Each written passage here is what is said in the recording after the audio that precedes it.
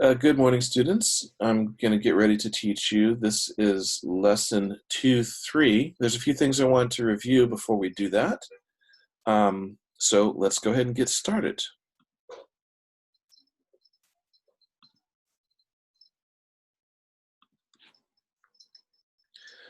All right. So we're in lesson 2-3, part 1, and I wanted to review 2-1 and 2-2 really quick. Okay, so the rules for 2-1 were to use IOB, I-O-B, isolate, opposite, both, to solve the equation. So let's take a look at this equation right here. I have 3x equals 15. Isolate, that's the first step. I want to isolate the x. By opposite operation, so 3 is being multiplied to x, the opposite of multiplying by 3 is to divide by 3. Okay? By doing that, I remove the 3 and change it to 1. And now I'm left with x on the left side of my equal sign. Bring down the equal sign. And the last step is both. We do this to both sides of the equation. So 15 divided by 3 is 5. Okay, that was the essence of 2-1. Lesson 2-2 says use IOB with plus or minus first and use IOB with multiplication and division second. So with this problem, again, I want to isolate the variable. So I will start with opposite operation to plus and minus. See, that's plus 6, so now I'm going to subtract 6 from both sides of my problem. Okay, that leaves me with 9. Since I can't go down, I'll go ahead and go over here to the side. I now have 3x is equal to 9. Now I will put IOB back to use again with multiplication or division.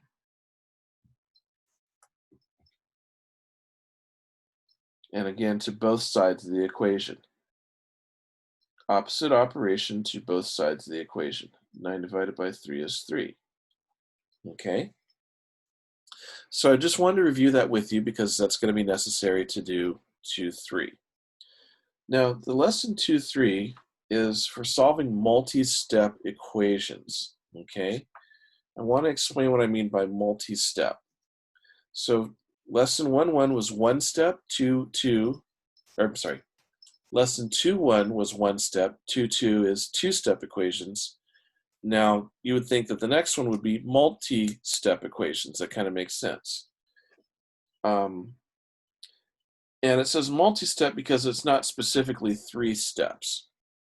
But before I show you some examples, I want to actually kind of show you, here I'm just moving this here. I want to show you the rules for solving multi-step equations. The first rule is to simplify all parts of the equation using the simplification skills needed for the problem. Okay, so basically it is simplify everything. Now, there's 4 different ways I want to talk about simplification. They are A, like terms, B, distributive property, C, defining the different parts of the equation, and D is optional, but that would be to move all of the variables to the left and constants to the right.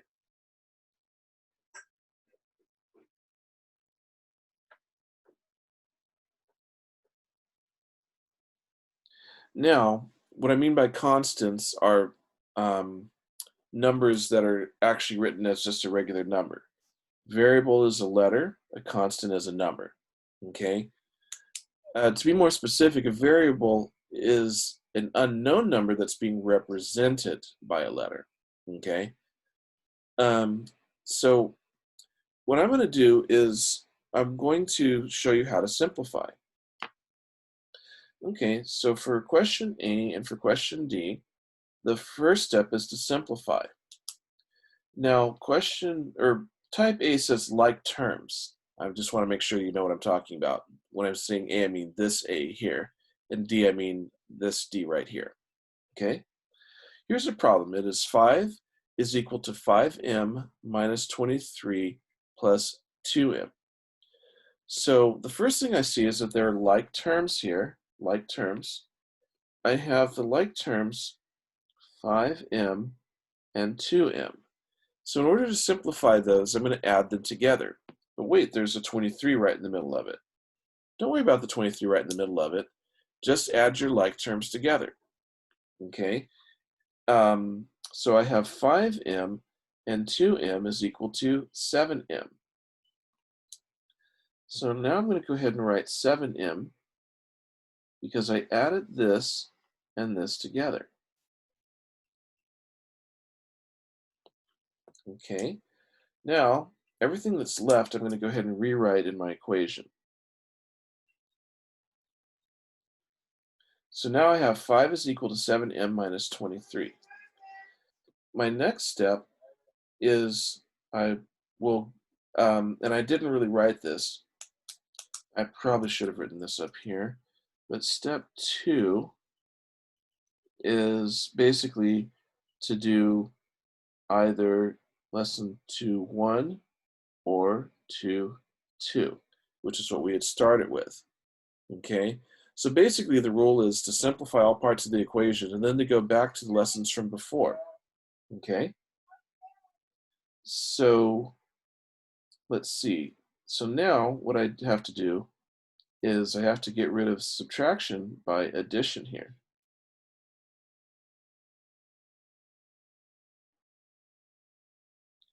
So I'm going to add 23 to both sides of my equation.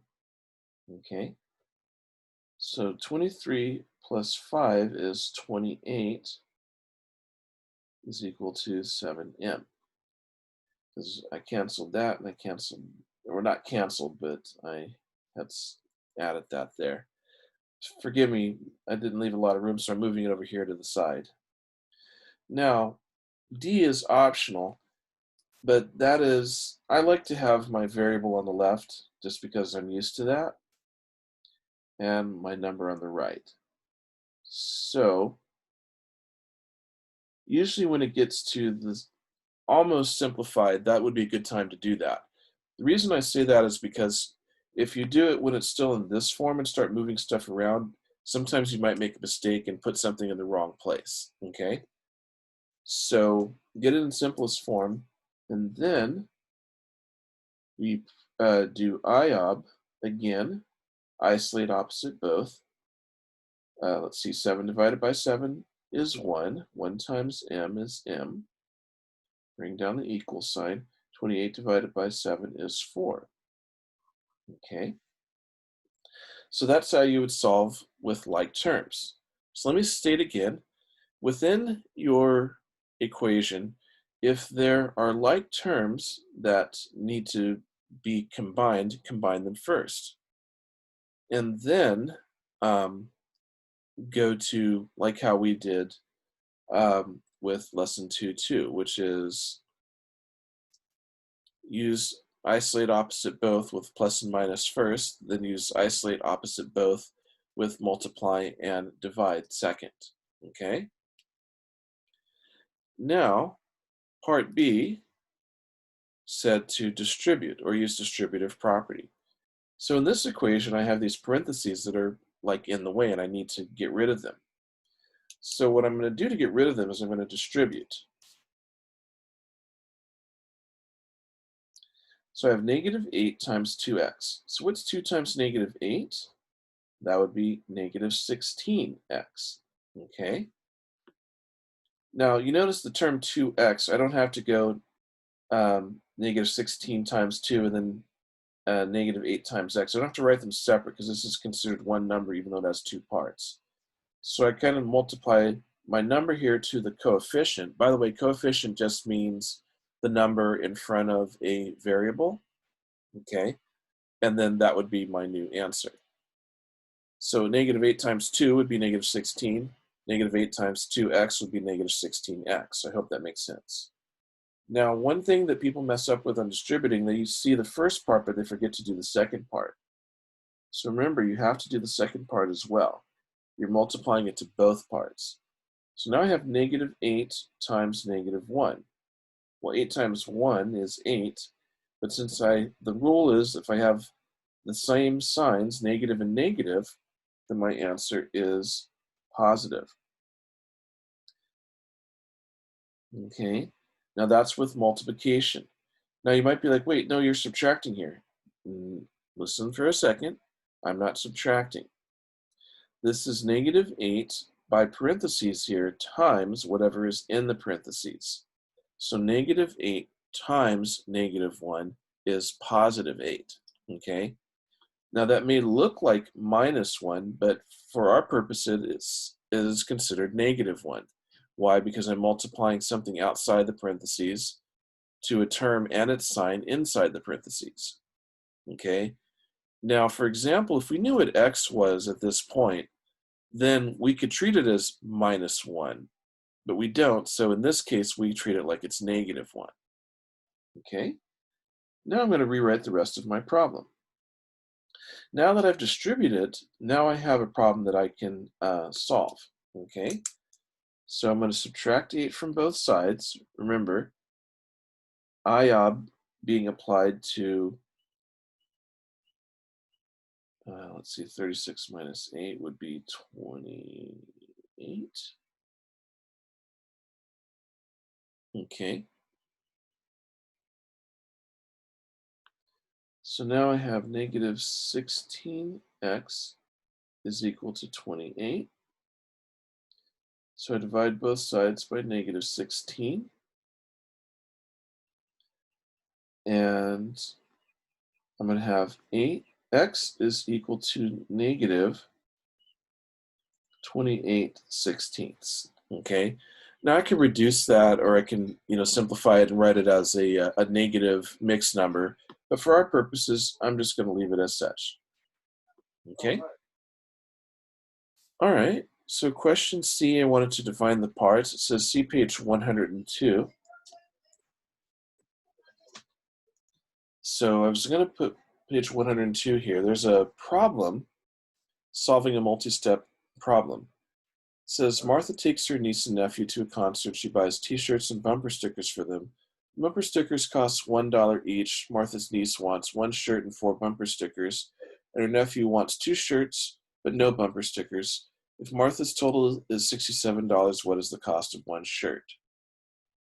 Now, what I mean by defining, because part C said, how do you define the parts of your problem? If you have a word problem, you might have to do this. And I'm going a little bit fast, but it says the cost of the niece's items, 1 shirt and 1 sticker, can be represented with S plus 4. Okay?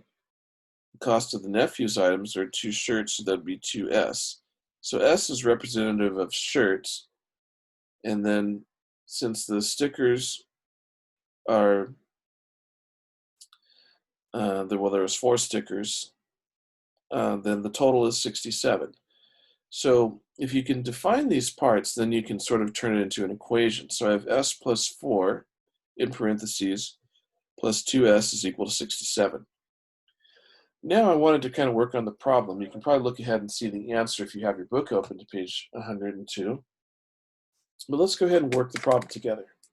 Okay, so I have S plus 4 in parentheses plus 2S is equal to 67. Now, if you see nothing in front of your parentheses, then what that means is there's an invisible 1 there. And you can distribute in the 1, then it's invisible 1. 1 times S is S, and 1 times positive 4 is positive 4.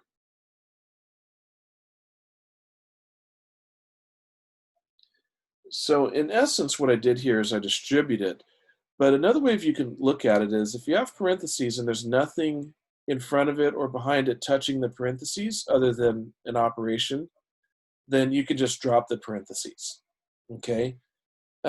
So you can think of it as, like I said, distributing in the invisible 1, or you could just drop it because 1 times anything is anything. Okay? So now, to simplify, I must do my like terms. So I have 2S plus S. Now I want to remind you that S still has an invisible 1 in front of it. Okay? So I have 1s plus 2s is equal to 3s. Okay.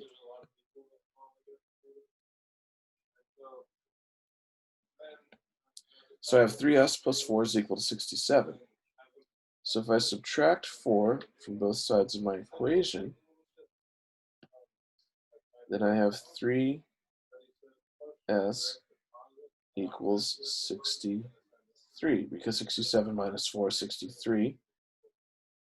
So then what I want to do is divide both sides by 3, and I end up with s is equal to 21. Okay? Oh, I think I'm off the screen here. I apologize. There you go. So s is equal to 21. Thank you for your time.